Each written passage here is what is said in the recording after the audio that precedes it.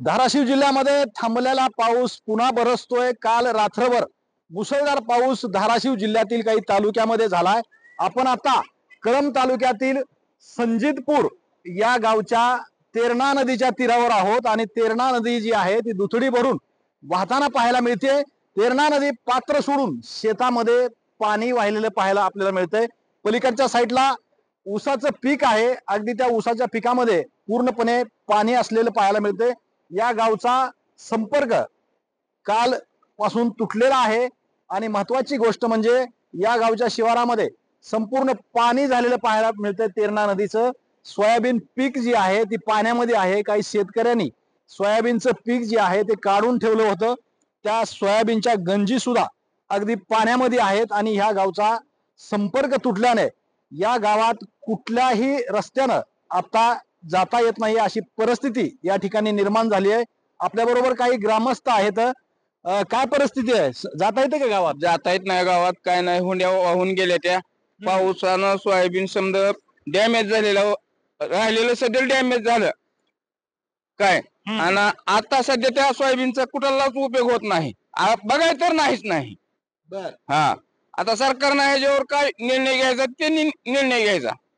असा पूर आलता का कधी नदीला? ह्याच्या आधी आलेलाच नाही।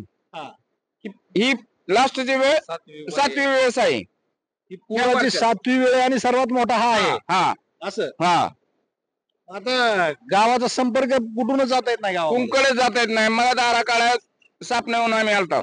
म्हणजे गावातल्या लोकांची शेती त्यातले तुम्ही त्यांच्या जनावरांच्या धारा काढल्या। आणि आमची बी शेती इकडे संजितपूर मध्ये चिटकूनच आहे ना, पात्राला चिटकूनच आमचं इकडे नुकसान झालंय ना, आम्ही साप नाही जायला। बर, हा, अशी परिस्थिती आहे सगळी। हा, आता ही क्षेत्र आहे आमचं, 100 फूट बी नाही, हे पात्र आमच्याच वावरात आहे। बर, ही सगळी कधी नियंत्रणात येतं काय? नियंत्रणात यायला आता ह्याला 2-4 दिवस लागतील, पण साहेब आमची पूर्ण पिकं जी आहेत ती पाण्याखाली गेलेली आहेत। सोयाबीन आम्हाला पूर्ण आम्ही उद्ध्वस्त झालेला आहोत। आमचं सगळं पूर्ण वाहून गेलेलं आहे, शेत सगळं पूर्ण सोयाबीन मध्ये आज इतकं छाती इतकं पाणी आहे। आम्ही काय करावं ही बिकट अवस्था आमची झाली।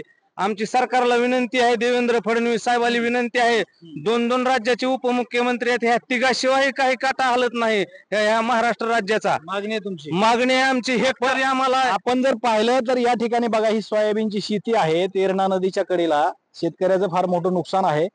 मागील काही दिवसामध्ये परांडा आणि भूम परिसरामध्ये अतिवृष्टी झाली आणि आता या परिसरामध्ये म्हणजे कळंब तालुक्यामध्ये हा रात्री पाऊस पडला आणि ही तेरणा नदी जी आहे ही पात्र सोडून वाहताना आपल्याला पाहायला मिळते आणि शेतकऱ्याची जी परिस्थिती आहे ती अतिशय विदारक असलेली आपल्याला पाहायला मिळते।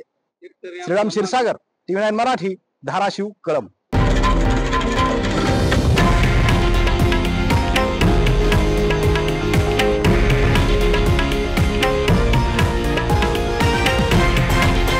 हे आहे देशातील नंबर 1 न्यूज नेटवर्क आणि आपण पाहत आहात TV9 मराठी, एकमेव।